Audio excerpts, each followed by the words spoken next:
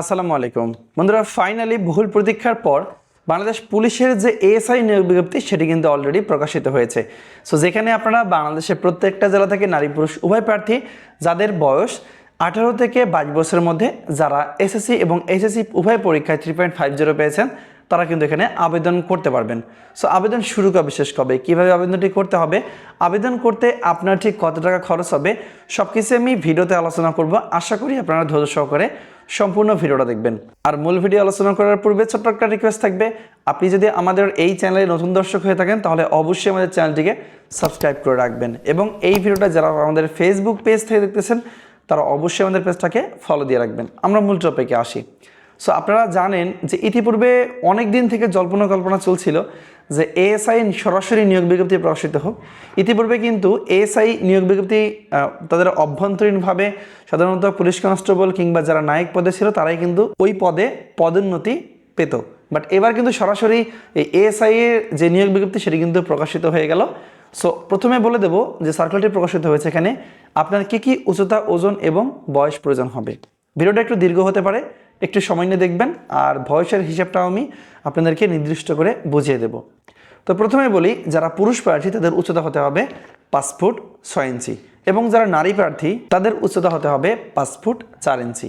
আর এখানে দেওয়া আছে যে যারা পুরুষ প্রার্থী তাদের স্বাভাবিক অবস্থায় বুকের মাপ দেওয়া আছে 32 ইঞ্চি, এবং বুক ভরা শ্বাস নেওয়া অবস্থায় 2 ইঞ্চি বাড়তে পারে বা বাড়বে, ঠিক আছে।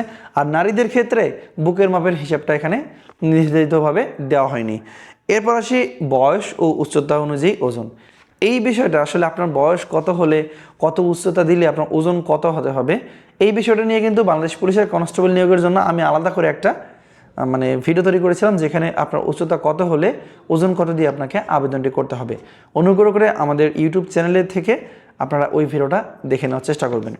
তো এবার আসি, আপনি যে আবেদন করবেন আসলে আপনার বয়সটা আপনি কিভাবে হিসাব করবেন। তো যেমনটা বলছিলাম শুরুতে, যে এখানে আবেদন করতে গেলে কিন্তু নারী পুরুষ উভয় ক্ষেত্রে আপনার বয়সটা হতে হবে 18 থেকে 22 বছরের মধ্যে, এর মধ্যেই হতে হবে। এখন কোন তারিখ ধরে আপনি হিসাব করবেন এবং আপনার জন্ম তারিখ কত থেকে কতর মধ্যে হলে আপনি আবেদনটি করতে পারবেন, এই বিষয়টা বলে দেবো।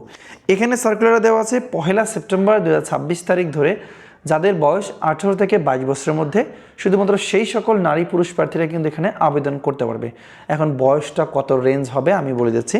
আপনাদের যাদের জন্ম তারিখ 1/9/2004 সাল থেকে, আমি আবারও বলে দিচ্ছি, আপনাদের যাদের জন্ম তারিখ 1/9/2004 সাল থেকে 1/9/2008 সালের মধ্যে হবে, শুধুমাত্র সেই সকল নারী পুরুষ প্রার্থীরা এখানে আবেদন করতে পারবে।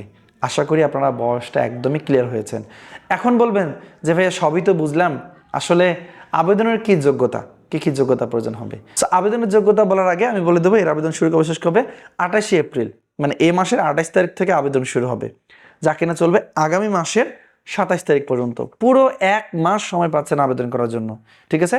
আর চেষ্টা করবেন মাঝামাঝি সময় আবেদন করার। শুরুতে আবেদন করলে সার্ভার জ্যাম থাকে, এই সময়টাতে একটু সমস্যা হয়। সো এবার আসি শিক্ষাগত যোগ্যতা। তো এই যে সার্কুলারটি প্রকাশিত হয়েছে, এখানে কিন্তু এসএসসি পরীক্ষায় ন্যূনতম যে কোনো ডিপার্টমেন্ট থেকে, সায়েন্স, কমার্স, আর্টস, যে কোনো বিভাগ থেকে হোক কিংবা উন্মুক্ত বিশ্ববিদ্যালয় থেকে হোক, আপনি যদি টেকনিক্যাল বোর্ড থেকেও পাশ করে থাকেন তবুও হবে, কিন্তু আপনাকে 3.50 পেতে হবে যে কোনো ডিপার্টমেন্ট থেকে। এবং তদ্রূপ কিন্তু এইচএসসি বা সমমানের পরীক্ষায় আপনাকে 3.50 পেতে হবে। সো দুইটাতে, এসএসসি এবং এইচএসসিতে 3.50 পেতে হবে। এটা হচ্ছে মূল বিষয়। এটা হলে আপনি এখানে আবেদন করতে পারবেন। এখন বলে দেব, এই যে আপনি আবেদন করবেন, আবেদনের প্রসেসটা আসলে কি। সো পুলিশ কনস্টেবলের আবেদনের যেরকম প্রসেস আছে, এই আবেদনের একই প্রসেস।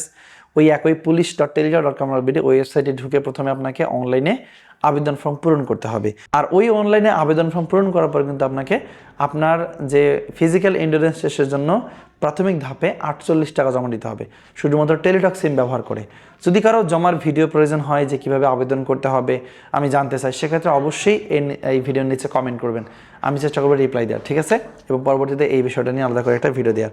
সো যখন আপনি আবেদন করবেন, এরপর আবেদন করার পর প্রিলিমিনারি স্ক্যানিং হবে, তারপর আপনাকে SMS দেওয়া হবে যে ইউ আর সিলেক্টেড বা এরকম কিছু মেসেজ আসবে। আসার পর আপনি admit card for physical endurance test আপনি তুলে নেবেন ওই police.telejob.com ওয়েবসাইটের মাধ্যমে। এরপর আপনার কাগজপত্র যাচাই ও ফিজিক্যাল এন্ডুরেন্স টেস্ট ডাকা হবে। এখানে টোটাল 7টা ইভেন্ট আছে, সেটা হচ্ছে দৌড়, long jump, high jump, push up, sit up, rope climbing, এবং এখানে আরও দেওয়া আছে যে ড্রাগিং, ঠিক আছে, এই কয়েকটা ইভেন্ট হবে। আর ইভেন্টে আপনি সফলভাবে নির্বাচিত হলে আপনাকে পরীক্ষার ফি জমা দিতে হবে, ঠিক আছে। আর পরীক্ষার ফির বিষয়টা হচ্ছে 112 টাকা, ঠিক আছে। এটা শেষের ধাপে, যখন আপনি 3 দিনের মাঠ করার পরে আপনি নির্বাচিত হবেন তখন পরীক্ষার ফি জমা দিতে হবে, তার আগে কিন্তু জমা দেওয়ার দরকার নেই, ঠিক আছে। সো এই পরীক্ষার ফি যখন জমা দিবেন তখন কিন্তু আপনার একটা লিখিত পরীক্ষা হবে। সো লিখিত পরীক্ষায় ইংরেজি এবং বাংলা রচনা কম্পোজিশনে থাকবে 100 নম্বর, 3 ঘন্টা একটা পরীক্ষা হবে। এবং এর পাশাপাশি সাধারণ জ্ঞান ও গণিত একটা বিষয় পরীক্ষা হবে 100 নম্বরে, 3 ঘন্টা পরীক্ষা দিতে হবে। এরপর মনস্তত্ত্ব পরীক্ষা হবে 50 নম্বরে, 1 ঘন্টা পরীক্ষা দিতে হবে। আর এখানে যারা আবেদন করবেন, আবেদন করার ক্ষেত্রে কিন্তু আপনাকে 21 দিন মেয়াদের বা ধরেন 1 মাস মেয়াদের, 1 মাসে ধরেন বা 6 মাস, যার যেটা আছে, এই নির্ধারিত সময়ের কম্পিউটারের একটা সার্টিফিকেট কোর্স থাকতে হবে। ধরেন আপনি কোথাও কোর্স করছেন, সার্টিফিকেট পাইছেন, তো আপনার কম্পিউটার জানা আবশ্যক, এই বিষয়টা অবশ্যই খেয়াল রাখতে হবে। সো এখন বলে দেবো আসলে আপনি যে আবেদন করলেন, আবেদন করার পর আপনার মাঠ কবে কবে হবে সেই বিষয়টা। সো এখানে দেওয়া আছে প্রথম ধাপের মাঠ হবে 18 থেকে 20 জুন। সো জুন মাস থেকে আপনাদের মাঠ শুরু হবে। এই বিষয়ে গত ভিডিওতে বিস্তারিত বলেছি, তারপরেও এই ভিডিওতে আমি আরও বিস্তারিত বলে দেওয়ার চেষ্টা করেছি। আর এখানে আবেদন করতে গেলে অবশ্যই আপনার কিছু ডকুমেন্ট প্রয়োজন হবে, বিশেষ করে আপনার বাবা মায়ের তথ্য দিবেন, আপনার এসএসসি ও এইচএসসি সার্টিফিকেট তথ্য দিবেন, তারপর আপনার এনআইডি বা জন্মনিবন্ধন এগুলো সাথে রাখবেন, ঠিক আছে। সো এখন আমি বলে দেবো আপনি যে মাঠ করবেন, মানে মাঠে যে যাবেন, মাঠে আসলে কোন কোন কাগজপত্রগুলো সাথে নিয়ে যেতে হবে এই বিষয়টা একটু খেয়াল করবেন। আমি আপনাদেরকে জাস্ট বলে দিচ্ছি যে প্রথমে আপনাকে admit card for physical endurance test, মানে আপনি ওই যে টাকাটা জমা করেন আবেদন করার সময়, করার পর একটা ইউজার আইডি এবং পাসওয়ার্ড পেলেন, ওই ইউজার আইডি পাসওয়ার্ড ব্যবহার করে কিন্তু আপনাকে একটা এডমিট কার্ড ডাউনলোড করে নিতে হবে, যেটাকে আমরা admit card for physical endurance test বলে থাকি। শারীরিক সক্ষমতা যাচাই পরীক্ষার জন্য ওটা প্রয়োজন হবে। এরপর শিক্ষাগত যোগ্যতার সাময়িক সনদ বা মূল সনদপত্র প্রয়োজন হবে। তারপর সর্বশেষ শিক্ষা প্রতিষ্ঠান প্রধান কর্তৃক আপনার চারিত্রিক সনদপত্র প্রয়োজন হবে।